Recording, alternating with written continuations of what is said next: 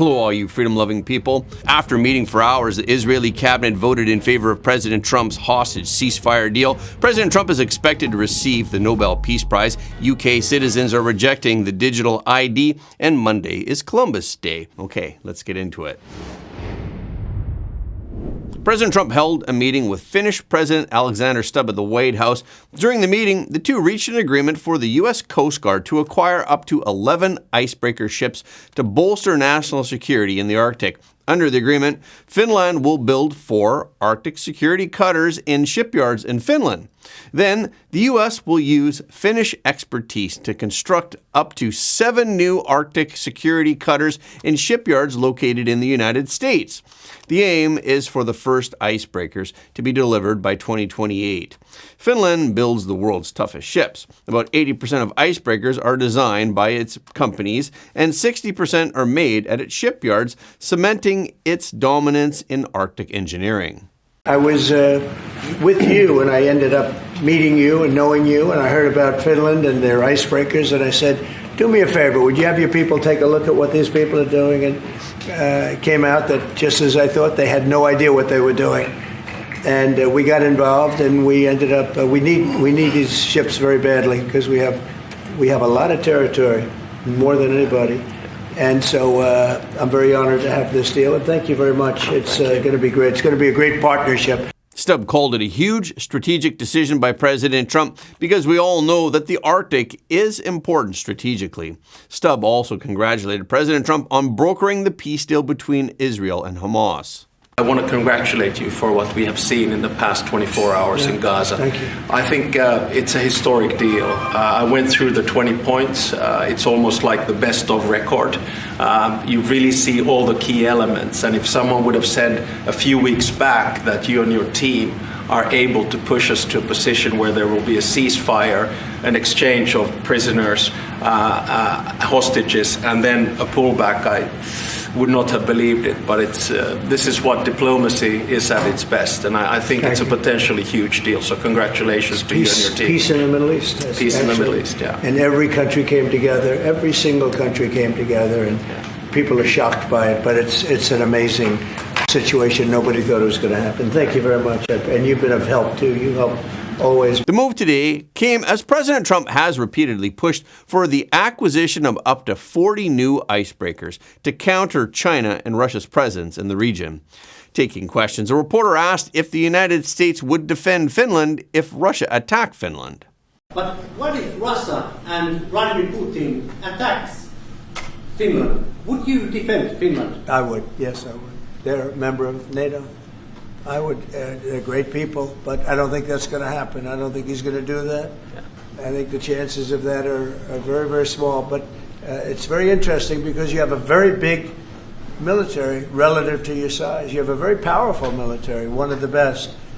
And but certainly we will be there to help. Today, President Trump also held a cabinet meeting with his top administration officials in his usual style.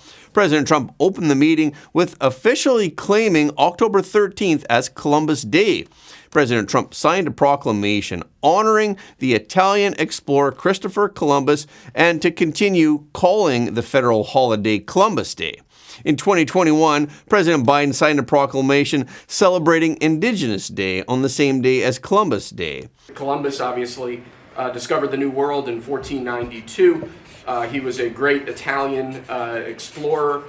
He sailed his 3 ships, the Nina, the Pinta, and the Santa Maria, across the Atlantic Ocean and landed in what's today the Caribbean. But this is a particularly important holiday for Italian Americans who celebrate the legacy of Christopher Columbus and the innovation and explorer zeal that he represented.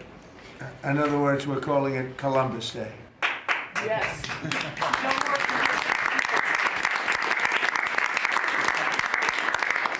That was the press that broke out in applause. Can you believe that? I've never seen that happen before. The press actually broke out in applause. Good. Columbus Day. We're back. Columbus Day, we're back, Italians. We love the Italians. Okay. Thank you, Mr. Thank you. President. Great. Thank you very much. Have a good one, sir. So we covered Scandinavia and Italy. Not bad. Now for the rest of the world. So I want to thank everybody for being here. As you know, last night we reached a momentous breakthrough in the Middle East, something that people said was never going to be done. And during the meeting, while every department shared their major updates, Homeland Security Secretary Kristi Noem focused on the latest developments at ICE facilities in both Chicago and Portland. We're purchasing more buildings in Chicago to operate out of. We're going to not back off. In fact, we're doubling down, and we're going to be in more parts of Chicago in response to the people there. And then I was there a few days ago and looked at some facilities that we can deploy more law enforcement out of. Because what they're trying to do with these riots and violence is distract us and keep us from going after those murderers and rapists that are out in the streets. And then I was in Portland, went out and back on Tuesday, and met with the governor, met with the mayor, met with the chief of police and the superintendent of the highway patrol. They are all lying and disingenuous and dishonest people because as soon as you leave the room, then they make the exact opposite response. So we're looking at new facilities to purchase. They're in Portland too, and we're going to double down. And I told them if they didn't meet our demands for safety and security on the streets and work with us, then we were going to bring in more federal law enforcement. Yesterday, Israel and Hamas reached a deal for the release of the hostages. The deal, which marked a breakthrough toward ending the war in Gaza, was first revealed by President Trump saying that Israel and Hamas have agreed to the first phase of the 20-point peace plan. So what is agreed? President Trump wrote on Truth Social, "This means that all of the hostages will be released very soon, and Israel will withdraw their troops to an agreed-upon line as the first steps towards strong, durable, and everlasting peace." President Trump also called the day a great day for the Arab and Muslim world, Israel, all surrounding nations, and the United States of America, and he thanked mediators from Qatar, Egypt, Turkey for their role in what he called a historic and unprecedented peace breakthrough. During the evening interview with Fox News' Sean Hannity, President Trump said yesterday that he expects the hostages to be released sometime on Monday. I think you're going to see people getting along, and you'll see Gaza being rebuilt. We're forming a council that the Council of Peace, we think it's going to be called, and it's going to be very powerful. And it's going to really, I think to a large extent, it's going to have a lot to do with the whole Gaza situation. People are going to be taken care of. It's going to be a different world. I think really the Middle East came together. Amazingly, they came together. You know, they have some countries with extraordinary wealth, and just spending a small portion of that wealth can do so much for that area. So we'll be involved in it. But the big thing is hostages are going to be released. It's probably our time would be probably Monday, and you know they're a terrible situation. They're deep in the earth, and they're being gotten, and a lot of things are happening right now as we speak. So much is happening to get the hostages freed, and we think they'll all be coming back on Monday.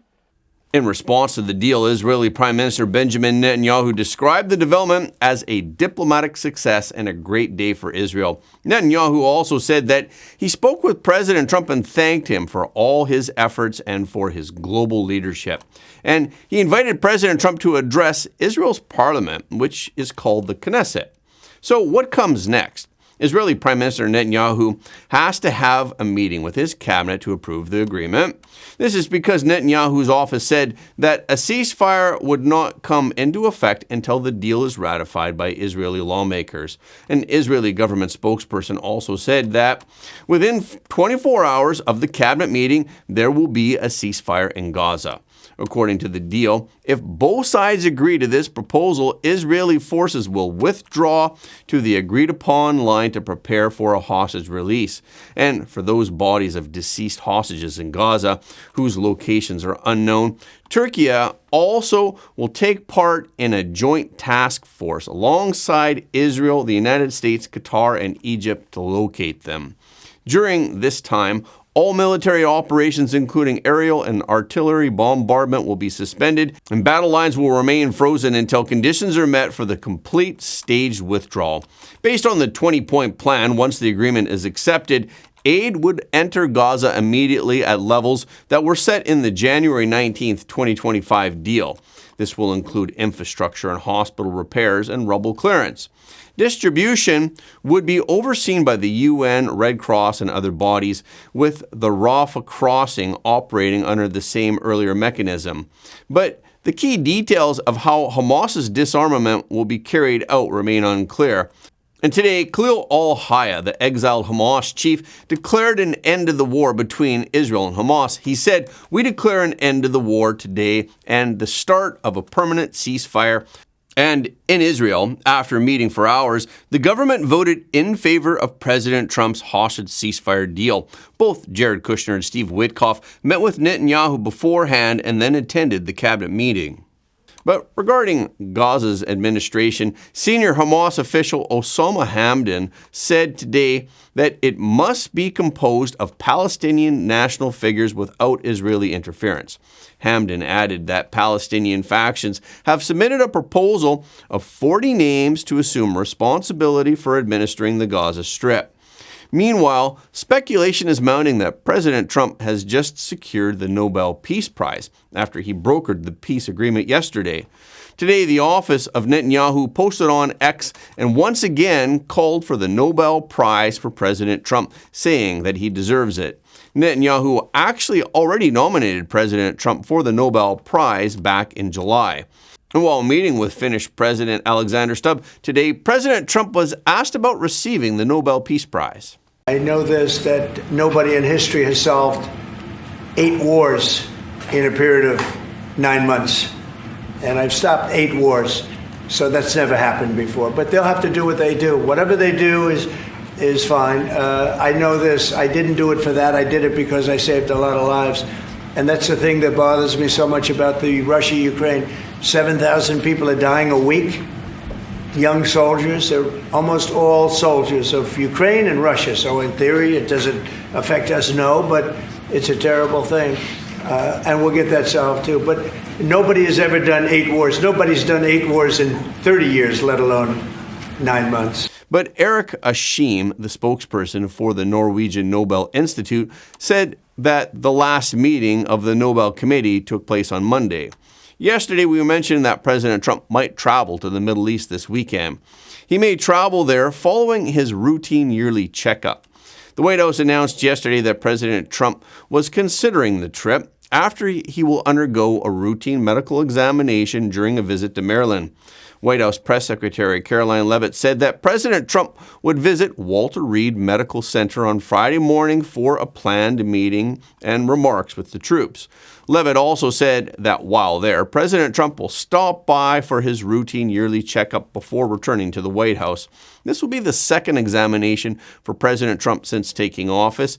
He was also evaluated at the world-class military hospital in Maryland back in April. The hostages will be coming back Monday or Tuesday. I'll probably be there. I hope to be there, and we're planning on leaving sometime Sunday, and I look forward to it. And everybody I see is celebrating in Israel, but they're celebrating in many other countries too. A lot of the Muslim and Arab countries, they're celebrating. Everybody's celebrating. Everybody loves the deal. So it's a great honor to have been working on it, and as you know, it's all finalized and done. We've had a lot of terrifically talented people. We've had tremendous support from UAE, Saudi Arabia. Qatar has been unbelievable. Egypt, as you know, and Jordan. Indonesia, I mean, I don't want to leave anybody out. Just so many different countries. It's been incredible. President Trump is planning to be there in time for the release of the hostages, which he said should happen either Monday or Tuesday. The hostages will be coming back Monday or Tuesday. I'll probably be there. I hope to be there, and we're planning on leaving sometime Sunday, and I look forward to it. And everybody I see is celebrating in Israel, but they're celebrating in many other countries too.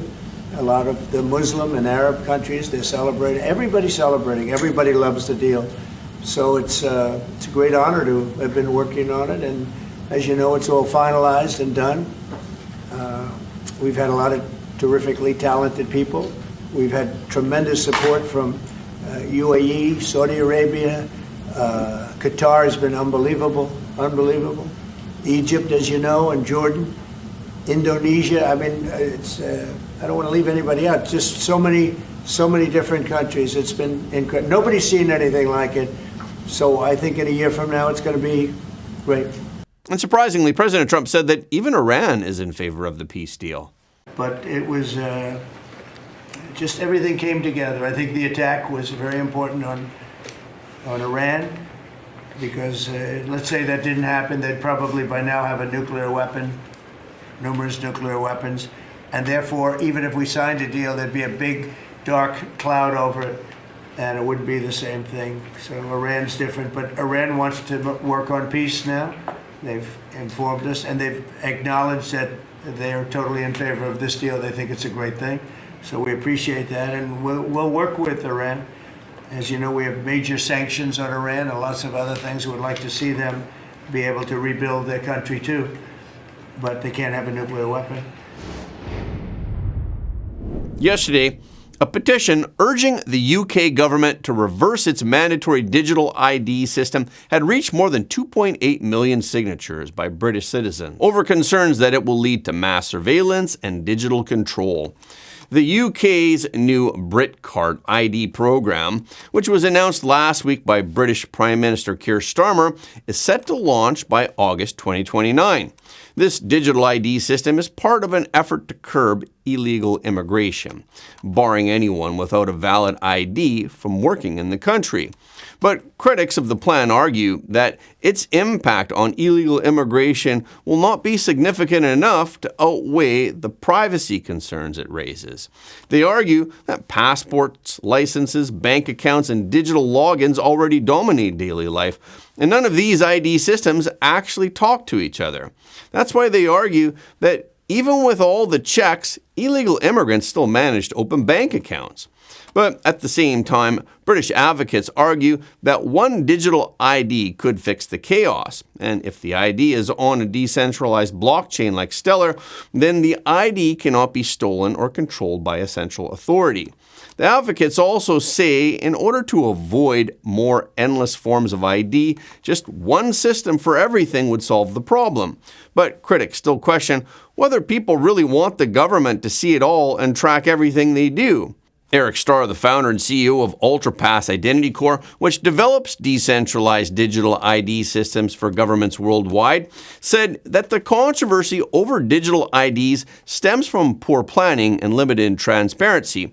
While he criticized the UK for mandating its rollout without clear public details, he argued that nations already maintain citizen records like social security numbers. But Starr warned that governments must establish strong privacy safeguards from the start. But some security experts have described the digital ID as a target for cybercriminals. They warn that hackers could target a central database with millions of records in a single attack, and that strong privacy safeguards might not really work either. But this only applies to a system that is centralized. Critics also argue that when a digital ID system is mandatory for employment and is tied to immigration enforcement, claims of user control become meaningless. And this is because individuals cannot truly consent to something that is required for their legal work. Critics also question the cost of implementing digital ID systems, asking who will fund the infrastructure to ensure the privacy protections remain intact.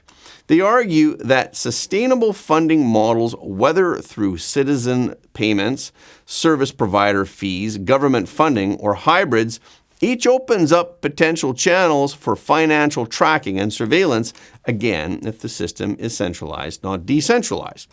Dr. Ronnie Das, who is an associate professor in AI, data science, and digital transformation at the University of Western Australia, wrote today that the political decision to frame the UK digital ID primarily as an immigration control measure has fundamentally compromised public trust. Identity infrastructure should be built to serve citizens, not to police them.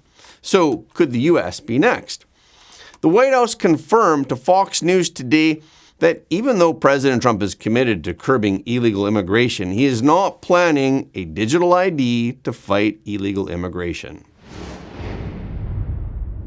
On October 8th, the Department of State announced that it had dismissed a diplomat for his relationship with a woman who was allegedly involved with the Chinese Communist Party. U.S. State Department spokesperson Tommy Pigou confirmed that the dismissal was a joint decision made by President Trump and Secretary of State Marco Rubio, since the diplomat had admitted concealing a romantic relationship with a Chinese national with known ties to the CCP. Pigou said, "Under Secretary Rubio's leadership, we will maintain a zero-tolerance policy for any employee who is caught undermining our country's national security." However, the State Council did not disclose the identity of the dismissed diplomat. The dismissal of this diplomat demonstrates the United States' concern over Beijing's expanding influence abroad. This includes transnational repression, where a regime, namely the CCP, exerts political oppression outside of its own borders. Last month, Representative Zach Nunn, a Republican of Iowa, told the Epoch Times, "We've seen from multiple sources the fact that China is capable today of launching information operation campaigns, intimidation campaigns, including using an entire class of political warfare against us, citizens on U.S. soil."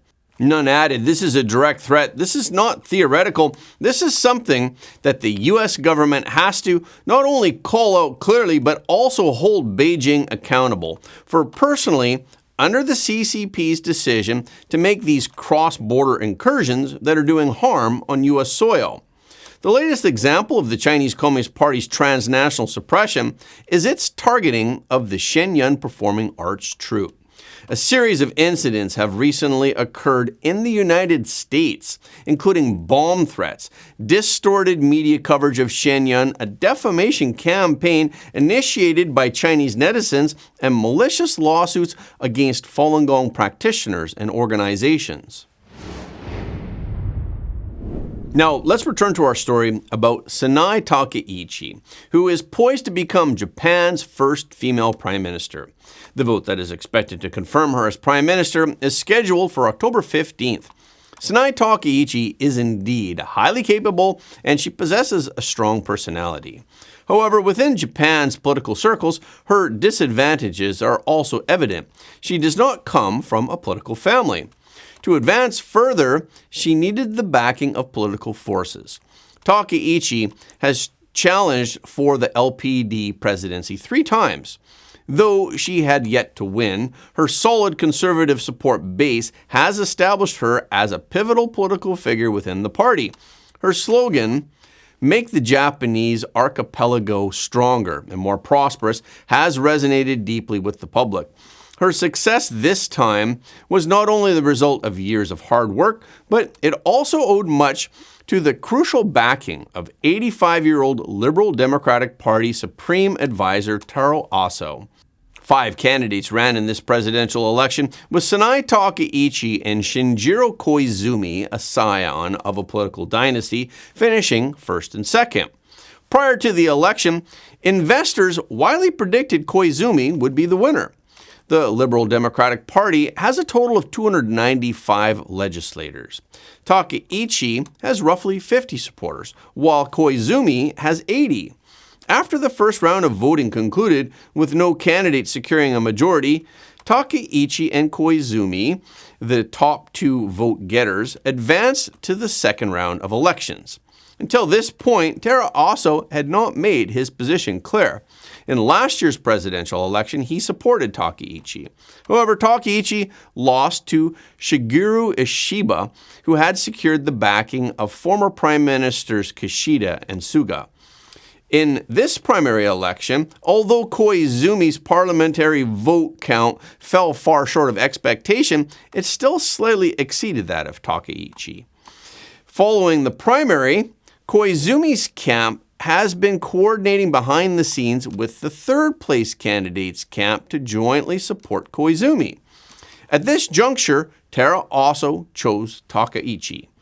Afternoon on October 4th, the day of the presidential election, Taro Aso, who had remained silent throughout, issued an order saying, "In the runoff vote, cast your ballots for the candidate who received the most party member votes." And it was Takaichi who had secured a significant lead in party member votes during the first round of election. Ultimately, in the final round of voting, Sanai Takaichi not only secured a lead among local party members, but also surpassed Koizumi in the parliamentary vote, achieving a comprehensive victory. So why did Tara Aso choose Takaichi over Koizumi, who had demonstrated greater competitiveness in the primary election? The Liberal Democratic Party has dominated Japanese politics since its founding in 1955.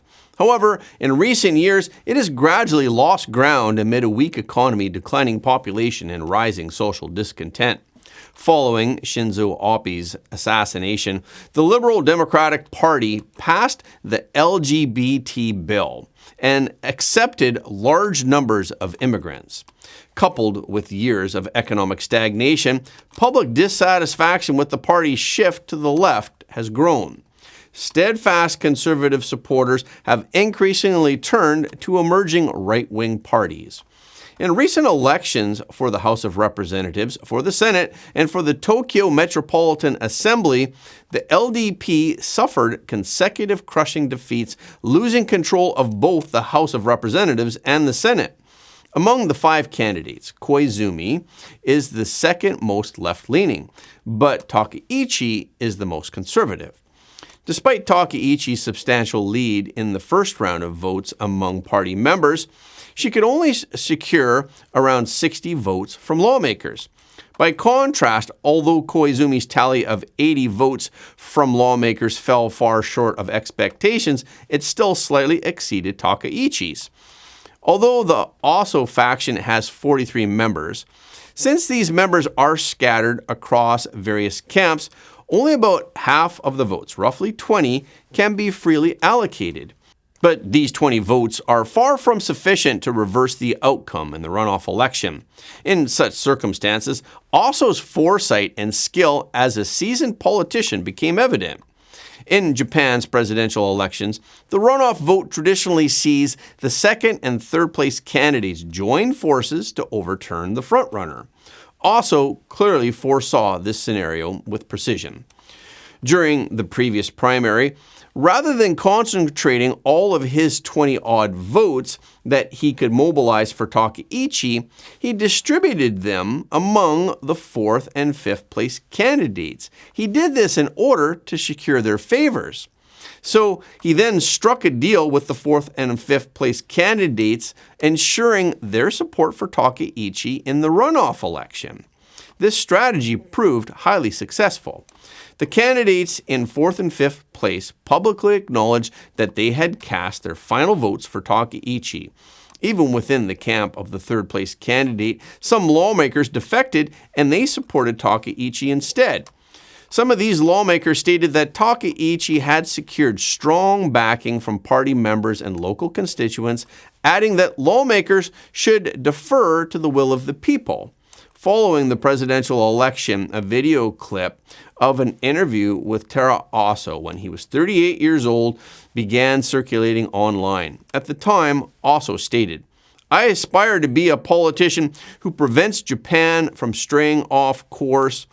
As the heir of Abe's political legacy, Takaichi's election is widely seen as a full-fledged return of conservative forces. Yet she inherits not only Abe's ideological legacy, but also his unfinished challenge: how to steer a nation grappling with aging, debt, and uncertainty back toward a clear direction. Takaichi's political convictions can be summarized in 3 core tenets: national security above all, traditional family values, and economic revitalization. She insisted on revising Article 9 of the Constitution to explicitly enshrine the self-defense forces within the Constitution, advocating for increasing defense spending to over 2% of GDP. In foreign policy, she supported the U.S.-Japan alliance and emphasized security cooperation under the Indo-Pacific Strategic Framework. In Japan's domestic economic policy, she advocates abolishing progressive taxation and emphasizes free trade. On other social issues, she opposes same-sex marriage. She disapproves of wives taking their husband's surname and stresses gender equality. However, she is not a feminist. She opposes female emperors and emphasizes the tradition of male succession. For female politicians, the expectation and demands of Japanese society are equally burdensome. Public opinion hopes that she will bring a fresh perspective, yet she herself explicitly rejects the label of female prime minister. She stated, "My goal is not to become a symbol for women, but to make this country stronger." She will continue Shinzo Abe's Guardian of Japan narrative, emphasizing the trinity of sovereignty, economy, and security. In her view, Japan must play a more proactive role within the Indo-Pacific security architecture. This positions her as an ideal partner in the eyes of U.S. conservatives and as a potential challenger in the eyes of some China observers. And that's a wrap for this episode. Thank you so much for your support of Front Page. Please remember to leave a comment below the video. This is really helping us to be seen all around the world. The more people who watch Front Page, the more freedom-loving people the world will have. And please hit the like button and hit the notification bell after subscribing. And please share this video with your friends and family because everybody deserves to know the truth.